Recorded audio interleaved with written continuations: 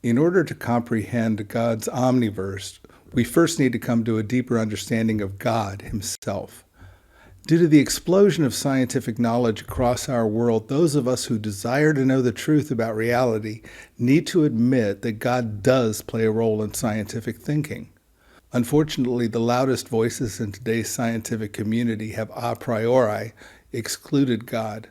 From the first time I allowed God the opportunity to reveal himself to me, everything I've learned in my undergraduate, graduate, and postgraduate studies of the hard sciences, biology, chemistry, and physics, has been processed differently. Rather than considering how to explain physical processes without God, I have always asked myself, how and why would a very real God use this process for his purposes? The more I've learned, the more clearly God has revealed himself to me. I recall a talk given by Dr. Gary Habermas many years ago. I don't recall the details of Gary's talk, but I do remember the title, The Hiddenness of God. God does seem hidden to many of us, but I also recalled the words of Jeremiah 29:13, "You will seek me and find me when you seek me with all your heart." And the proverb 8:17, "I love those who love me, and those who seek me diligently find me." God is omnipresent. His omnipresence includes his immanence and his transcendence. For the first time in millennia, we can understand what this means scientifically. But in order to do so, we need to be able to consider scale. On the screen, I've merged two slides from Harvard University physicist Dr. Lisa Randall.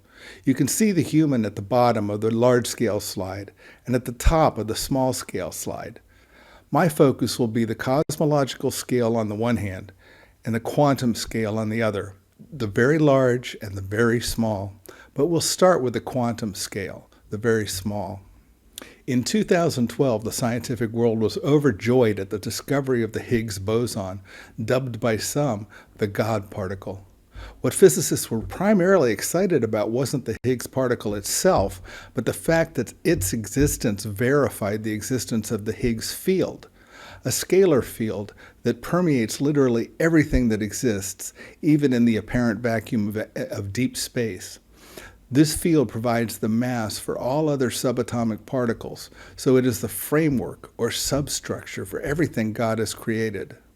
Unable to fully explain how these subatomic particles gained mass. This is where the Higgs field comes in. It is a field of energy that exists throughout all of space, and it is composed of Higgs bosons, which are elementary particles. All subatomic particles pass through and interact with the Higgs field. Some of these particles, like photons, whiz through and barely interact with it, resulting in very small mass. Other particles, like quarks, drag through and interact with the field a lot, which results in a larger mass. With this, the Higgs boson is able to successfully fill in the hole in the Standard Model. What we saw when we discovered the Higgs boson was the smallest, most fundamental particle in God's creation. But what piqued my interest most was not the Higgs boson itself, but the medium within which it operates. I glanced at the fish swimming in my aquarium and easily recognized that the medium within which they exist is water. They were designed to live in water. I recalled the words Luke wrote in Acts 17:28, "For in him we live and move and have our being." And Jesus' words in John's Gospel, "God is spirit, and those who worship him must worship in spirit and truth." God's spirit is the medium within which his creation exists. Every subatomic particle within every atom of every living and non-living thing he created exists in him. But his spirit is distinctly different from his creation, so pantheism is incorrect. And the Spirit of God existed prior to his first creative act. Hence, panentheism is also wrong. This is why God is uniquely immanent, present within all of us, knowing every detail of our lives. But God is also transcendent. While he is immanently within us all, he is also immanently within the particles that form the rings of Saturn, and his transcendence goes far beyond the limits of our universe. After this brief introduction to God's omnipresent nature, I need to explain the primary definition of the word dimension. Properly understood, a spatial dimension is the extension of space in a given direction, with each subsequent dimension being perpendicular to any and all previous dimensions. A single point has 0 dimensions, and a line segment has 1 dimension that we'll call length. We might place this line segment on an axis. Let's call it the x-axis. It only takes one number or coordinate to specify a location on this axis. A flat shape, such as a square or a circle, lives on a plane and has 2 dimensions that we might call length and width. The infinite plane it lives on is made from 2 perpendicular axes, the x and y axes. Any point on this plane can be described with a pair of xy coordinates. Now we can add a third axis, called the z-axis, that is at right angles to both the x and y axes, or to the xy plane itself. Now we can talk about solid objects that have volume, like cubes or spheres. It takes 3 coordinates, x, y, z, to describe a location in 3D space. Naturally, a 4th dimension requires 4 spatial coordinates, which means adding a new axis. We'll often refer to this as the w-axis, but the names are arbitrary. This axis has to be perpendicular to the other 3, something that is impossible with only 3 dimensions. In fact, this new axis is perpendicular to what we would think of as our 3D universe. That is what makes it so hard to conceptualize, as we don't have a physical reference for a 4th axis. Trying to conceptualize the 4th dimension necessarily means trying to imagine something that is beyond our physical universe. It challenges our basic understanding of space and geometry. There are many cultural distortions of the concept of a dimension, such as movies suggesting the existence of beings from another dimension, as though a dimension is a place. But these are secondary uses of the word. I will always use the primary definition, the extension of space or time in a given direction, each subsequent dimension being perpendicular to all preceding dimensions. Now, as we turn our attention to the cosmological scale, the very large, I need to explain the trumpet diagram you have before you. But everything I'm sharing in this video has evidence to support it. I'll cite evidence not merely from the hard sciences as though they're the sole source of truth, but also from textual, historical, archaeological, personal, and even anecdotal sources when they're copiously corroborated. For this video, I tried to create a 3-dimensional view of 3 parallel Earths, namely the original paradise, our Earth, and hell as viewed along a negatively curved, anti-de Sitter 4th spatial dimensional axis. The only noticeable difference between each of these worlds is the force of gravity. If we look at God's original creation of this planet, He started with paradise, a 3-dimensional abode for the angels He created. We're told in the book of Job, a book many consider to be the earliest extant biblical work, in chapter 38, verses 4 through 7, that when the earth was created, the sons of God shouted for joy. Sons of God refers to the angelic host, actual physical beings who were created by a direct act of God.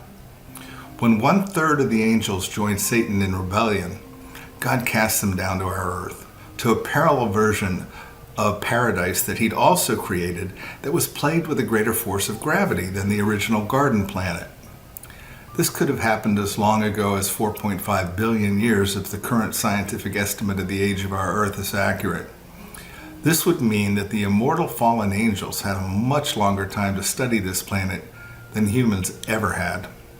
When Satan successfully tempted Adam and Eve to eat from the tree of the knowledge of good and evil, God could not cast His image bearers down to the same place the fallen angels were, so Satan and his fallen angels were cast even further down into Hades, or Sheol in the Hebrew, the place we call hell, which has an even stronger force of gravity than we experience here.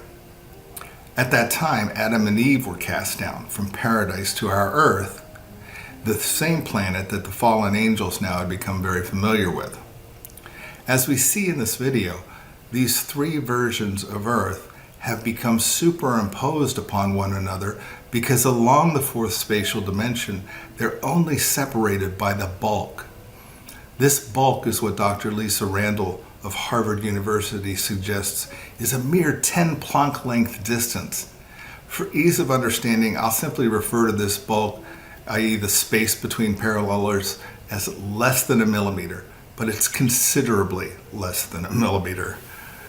To further clarify my model, I have ignored one of the basic dimensions in what I call the trumpet diagram. The rationale for this and the development of the diagram are laid out in the Foundations videos. This is my final version of the diagram. Every parallel universe is missing its dimension of width in the diagram and is represented as a flat disk. Our Earth is shown midway between a limited number of multiple universes. Gravity decreases to the left and increases to the right, with the other fundamental forces adapting within each parallel universe. Ancient texts such as Homer's Iliad tells us that Tartarus is as far below Hades as Hades is below our Earth. Hence its location is to the right of Hell, where it has even stronger gravity than Hell has, making it difficult, if not impossible, to leave once one is confined there.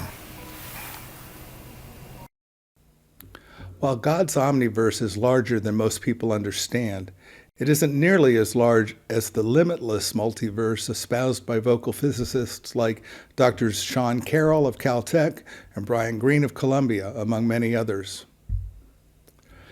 This multiverse goes on in both directions and even branches according to some theorists. It is the multiverse model that has been adopted by most physicists.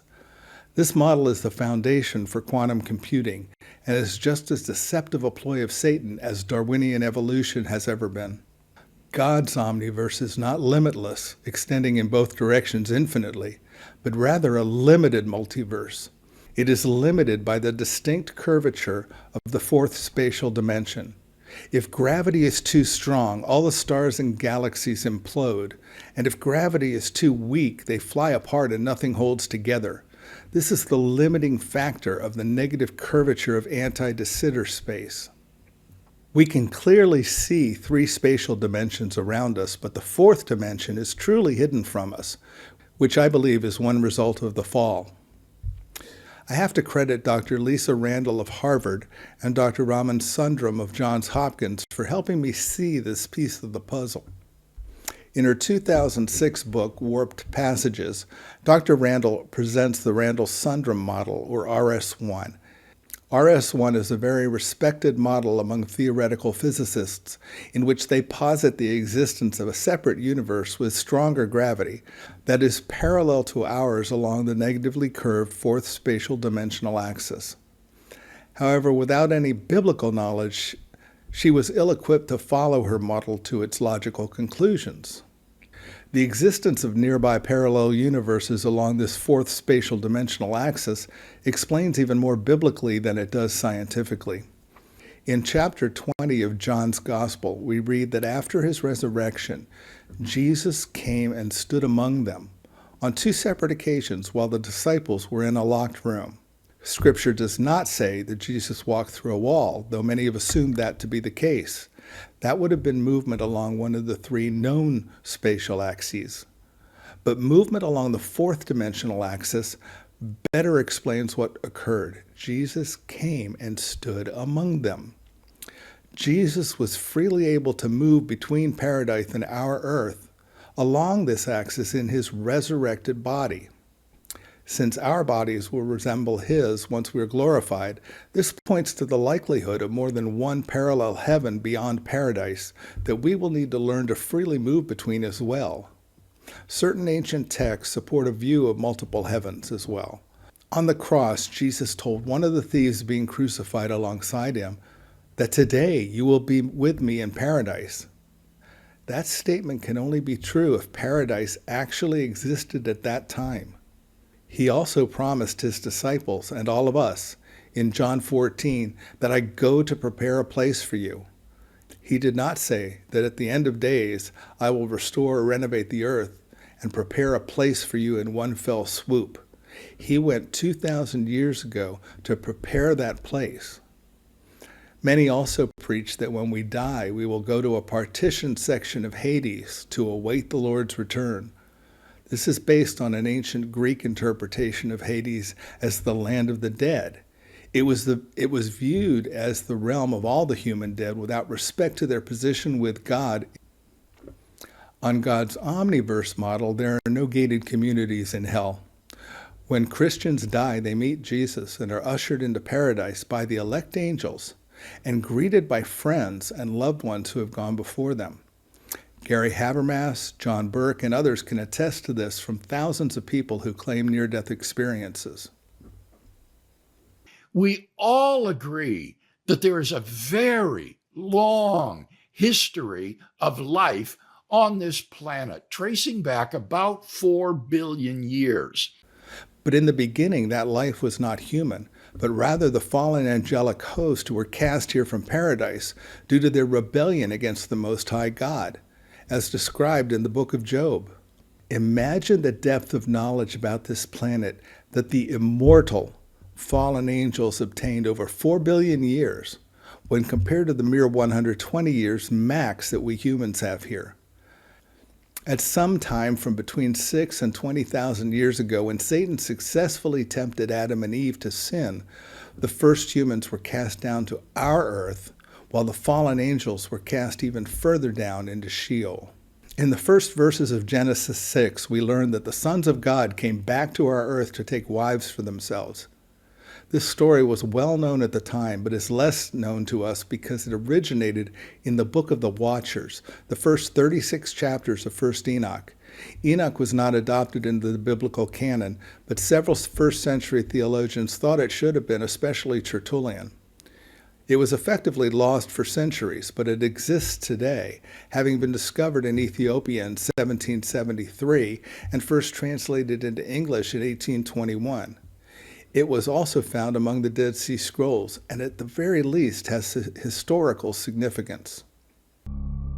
Mount Hermon has always been considered by these ancient Near Eastern cultures, and even by the Romans and the Greeks, to be what we would call today an axis mundi, a gateway to another realm, or perhaps a portal to somewhere else, right? It's a cosmic mountain. This is the way that the Mesopotamians would have viewed Mount Hermon. It's a cosmic mountain. And so it was believed that there was a gate there to the netherworld. And part of this lore revolves around the Enochian tale. And I say part of it because the Greeks had their own reasons for believing that, and the Canaanites had their own reasons for believing it, but obviously the Hebrews believed that because of the Enochian tale, that the Watchers descended here. And it's not coincidental that it was upon the slopes of Hermon that Jesus transfigured before his disciples. And it's not coincidental that it was at the base of Hermon where he declared that the gates of hell would not prevail against his church. First Enoch relates an incredible story, a remarkable tale. And it turns out that this story lays the foundation for some of the most enigmatic references in the Old and New Testament. The story of First Enoch is foundational to Hebrew cosmology. And the story involves a company of 200 angels who the book of Enoch denominates watchers. So that when you get to Genesis 6, for example, and we read that the sons of God saw that the daughters of men were beautiful and took wives from among them, and then we see that the Nephilim result from this union, we know that the author is referencing the Enochian tale because it's already well known. The story is already widely disseminated. It's well known among the ancient Hebrews. That's why you have this referent in Genesis 6, this enigmatic reference to the sons of God, Nephilim, with no further explanation. There's no need for any further explanation. Everyone already knows what he's talking about, right? And so This is why also you get to the New Testament, you have Peter and Jude referencing those angels who sinned in the days of Noah, and as a consequence of their sin are now chained in gloomy darkness and Tartarus. That's a direct reference to the Enochian tale. The second verse of 1 Enoch reads, Enoch, a righteous man whose eyes were opened by God, saw the vision of the Holy One in the heavens, which the messenger showed me, and from them I heard everything, and from them I understood as I saw, but not for this generation, but for a remote one which is to come. I'm convinced we're living in that remote generation right now. Another verse at the beginning of chapter 9 stood out to me. Michael, Uriel, Raphael, and Gabriel looked down from heaven and saw much blood being shed upon the earth. And they said to one another, The earth made without inhabitant cries the voice of their crying up to the gates of heaven. God's original hope was for mankind to live with him in paradise and heaven, but he gave mankind free will. And being omniscient, he knew what would actually happen. So he created another earth made without inhabitant, our earth. The archangelic watchers needed to distinguish our earth, the one they were presently watching, from the one they were presently standing in, paradise. Hence the distinguishing phrase, made without inhabitant. What they were watching was the horrific result of 200 fallen angels having mated with human women and producing hybrids, giant offspring as suggested in Genesis 6. This was done in an attempt to corrupt the seed, the genetic lineage of mankind, to prevent the birth of the Messiah promised in Genesis 3:15. These giants, the Nephilim, gave birth to several generations of offspring, the Rephaim. They traveled to every continent on our earth, leaving telltale signs of their presence that still exist today. The cataclysmic flood of Noah utterly annihilated the old world. It swept away its inhabitants and swept clean the artifacts of their civilization, their knowledge, and their technology. The only remaining vestiges of that age of corruption, the so-called Golden Age, are the megaliths.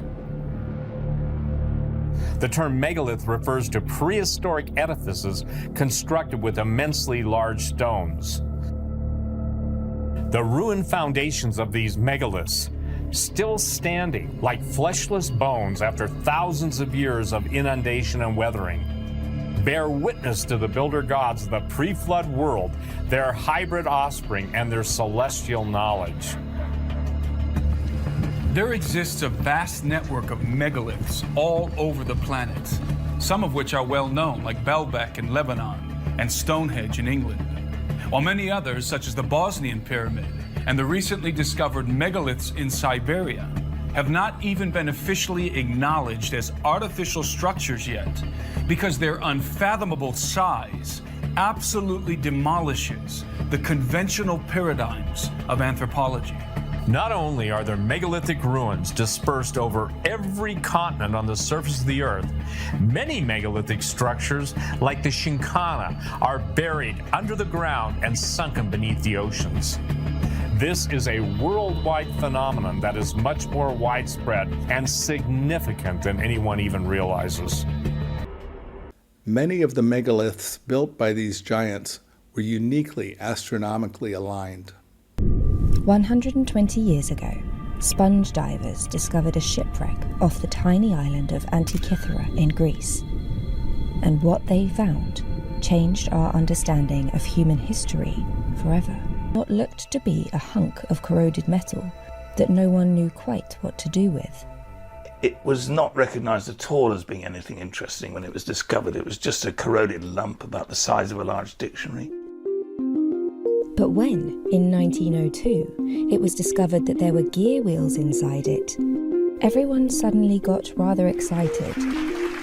This was the first shock because anything from ancient Greece simply shouldn't have gear wheels. These were precision gears with teeth about 1 millimeter long. And this was just completely shocking. And the Antikythera mechanism has captured the imagination of archaeologists, mathematicians, and scientists ever since. It's a dedicated calculating machine, and it uses bronze gear wheels to calculate the cycles of the cosmos being the sun, the moon, the planets, against the stars. You can wind it forward 10 years, and you can know where the sun and the moon is going to be, and where the planets are going to be.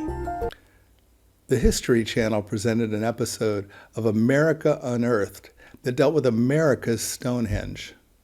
You may be unaware that we have a Stonehenge here in Salem, New Hampshire. Kelsey Stone, the son of its owner, Dennis Stone, traced the summer solstice line on Google Earth on his computer. I did the same thing on my iPad where these photos came from. Kelsey started in New Hampshire, saw that the line ran through the central trilithon of Stonehenge in England, and if you follow it further, ended in Beirut, Lebanon. However, not knowing the biblical and Enochian narratives, they didn't see the real endpoint, Mount Hermon. It seems that each Stonehenge was a Nephilim or Rephaim built road sign pointing back to the home of their fathers, and they were very likely built using an archaeoastronomical device such as the Antikythera mechanism. When I fully realized the extent of the violence, depravity, and pure evil the fallen angels had released upon our earth prior to the flood of Noah, it caused me to experience a deep sense of compassion for someone I'd never expected to feel this way toward. It caused me to empathize and feel deep compassion for God himself. He loves us so much that he had to do the unthinkable to save us from what ultimately was caused by the sins of the fallen angels. Each human being is created to be exactly what God intended him or her to be, and we should be abundantly and profoundly thankful for that truth. Moving ahead in time several millennia, we come to the early days of America. Thanks for tuning in. This is from Rick. And the subject is giants. Buffalo Bill's account of Pawnee Indians finding giant bones while out on an expedition. An account of finding giants' bones from Buffalo Bill's book. The Life of Honorable William F. Cody, known as Buffalo Bill, the famous hunter, scout, and guide. An autobiography, sorry about that, pages 267, 268. While we were in the Sand Hills scouting in the Niobrara County, the Pawnee Indians brought into camp one night some very large bones, one of which a surgeon of the expedition pronounced to be the thigh bone of a human being. Let me stop right there. When you look at a thigh bone, that's called the femur. You can ascertain the height of the person from the length of the femur. So a normal human femur, 18, 22 inches, somewhere in that. You start getting femurs that are 30 inches, now you're looking at a giant. The Indians claim that the bones they had found were those of a person belonging to a race of people who a long time ago lived in this country, that there was once a race of men on the earth whose size was about 3 times that of an ordinary man, 15 feet tall. The Nephilim were on the earth in those days and also afterwards. And this, of course, is where it gets into the elongated skulls. So is this genetic? Some people will say, oh, it's not genetic. This is the result of cranial deformation. We had an optometrist look at these. The orbits are about 25% larger than a normal human being's. But here's the kicker, and I've talked about this before. The foramen magnum, which is the connecting point of the spinal column to the base of the skull, is all the way to the occipital plate. You can't do that. You can't bind the head of a child and move the foramen magnum. The foramen magnum should be in the center, right here, of the skull. Take a look at these two skulls. A normal human skull on the left, and what L.A. Marzulli claims to be a Nephilim skull on the right. There is no room in the Nephilim skull for the cerebellum. Why does this matter? Anesthesiologist Stuart Hameroff and physics Nobel laureate Roger Penrose offer their insights. I got interested in microtubules in medical school and studying mitosis in a cancer lab, where these mitotic spindles, which are microtubules, pull apart the chromosomes in a very highly orchestrated dance to get exact separation duplicate pairs of chromosomes that go on to each becomes the daughter cell. And if that isn't perfect, then you can get a cancer, you can get maldevelopment, and so forth. And so everybody else in the lab got really interested in the chromosomes, being the dawn of the genetic revolution and so forth in the early 70s. But for some reason, I got fascinated with these structures, which seemed to know where to go and what to do. It seemed to have some kind of intelligence. And I had been interested in consciousness from my undergraduate days. And so I wondered whether these structures, which turned out to be microtubules, might be processing information.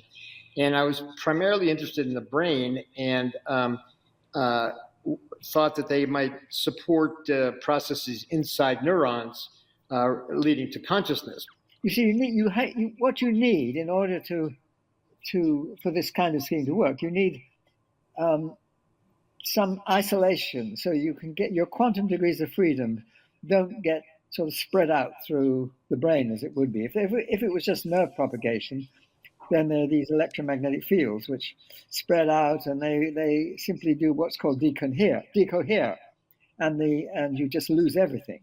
So you need something which has the hope of preserving these degrees of freedom, these quantum mechanical degrees of freedom.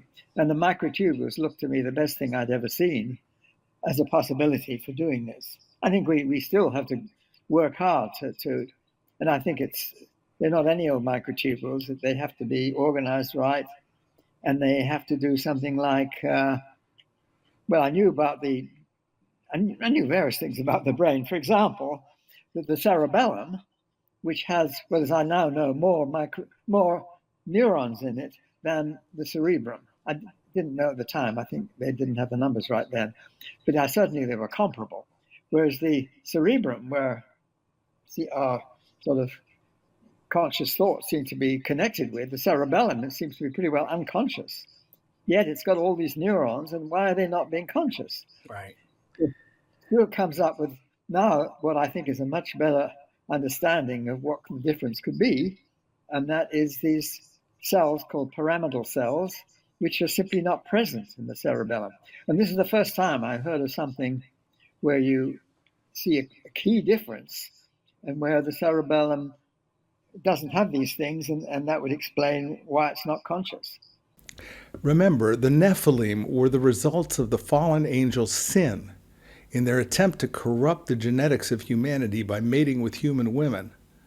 The Nephilim and their progeny were never meant to exist. They were conscious, but they lacked a soul. This would imply that the cerebellum is the seat, not of consciousness, but of the soul. In the 1990s, Penrose and Hameroff suggested a process called orchestrated objective reduction, or ORC-OR, in which quantum entanglement occurs in microtubules within the axons of neurons of the cerebellum. They weren't taken seriously at the time because no one could imagine that quantum processes could occur in as soft and squishy a place as the brain. Yet since then, scientists have discovered that quantum processes increase efficiency in photosynthesis, which occurs in all plants. And plants are among the earliest forms of life to exist according to any paradigm. Quantum entanglement requires isolation to avoid decoherence. The pyramidal cells in the cerebrum actually create decoherence. But in the cerebellum, there are no pyramidal cells, and they have many more neurons with isolating microtubules. It's the only place in the brain where quantum entanglement can occur.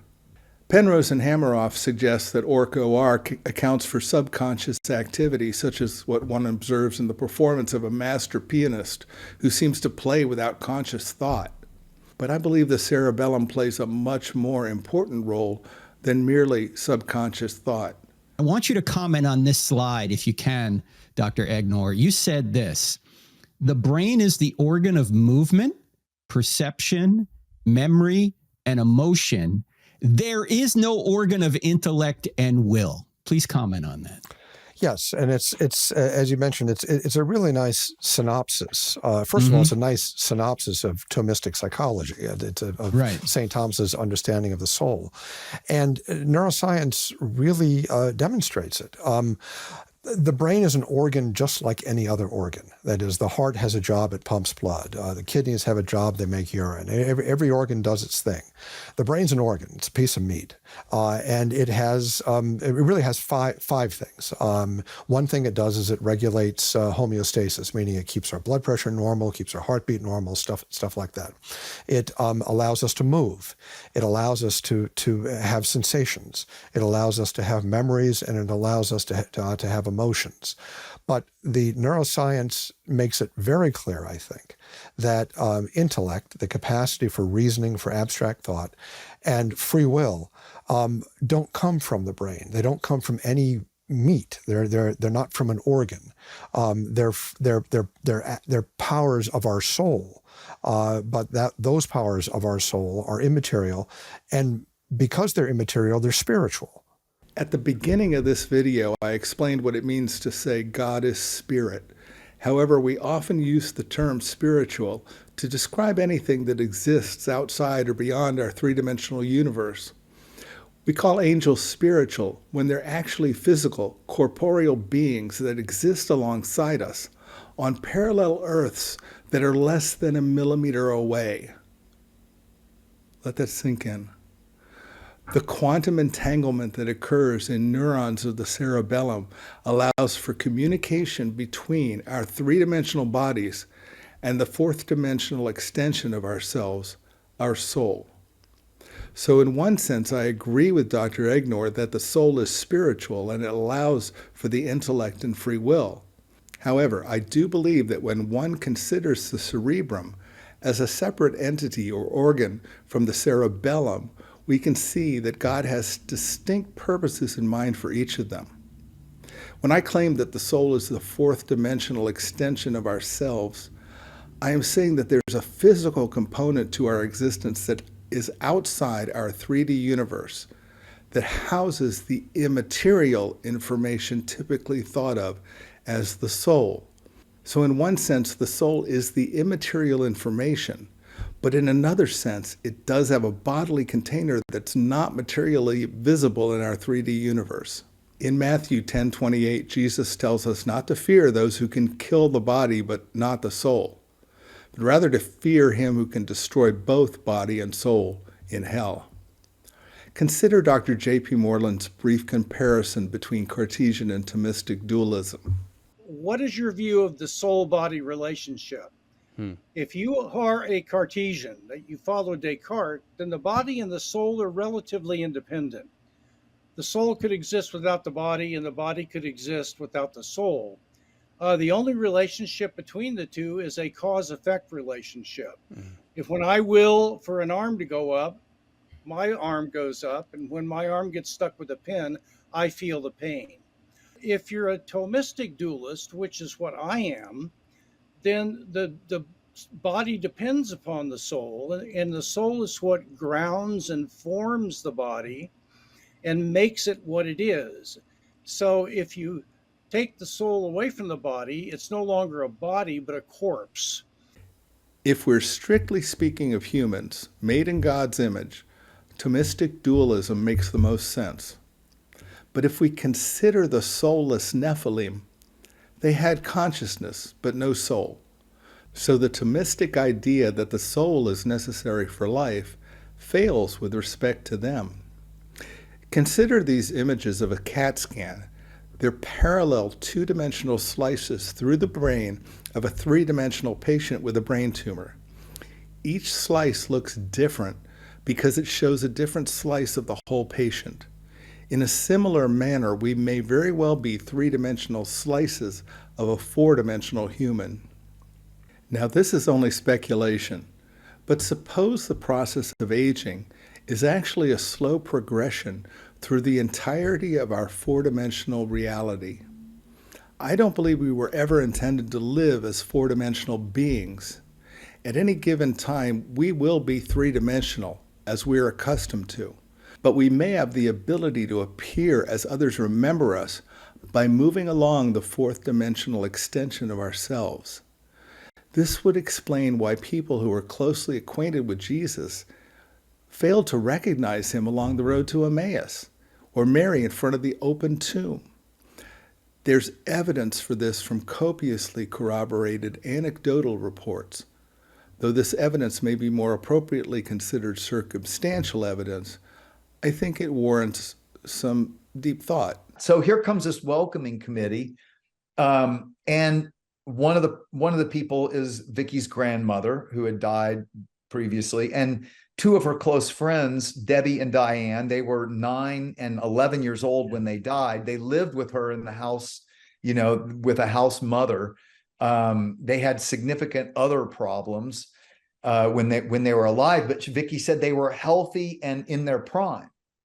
Now, interestingly, that's another commonality all around the globe, is that people are commonly, they say everyone is about 30, which is interesting. Yeah. Now, another commonality is that people can appear to us at the age we last remember them. So it's kind of like they can choose to appear to us as we would feel most, I guess, reminiscent with them. But the majority of people appear in their prime. I don't know, 29 was a good year for me, so I'm okay with that. People we meet in paradise, whom we knew on our earth at a young age, like my best friend Kelly at age 4, who died of leukemia at age 5, wouldn't recognize an older version of me. Neither would my friends when I was age 10. As you can see, unlike Frank, I've changed dramatically as I've aged, yet we will likely be able to appear to others so as to be recognized by them. As for being 29 in heaven, I'm good with that too.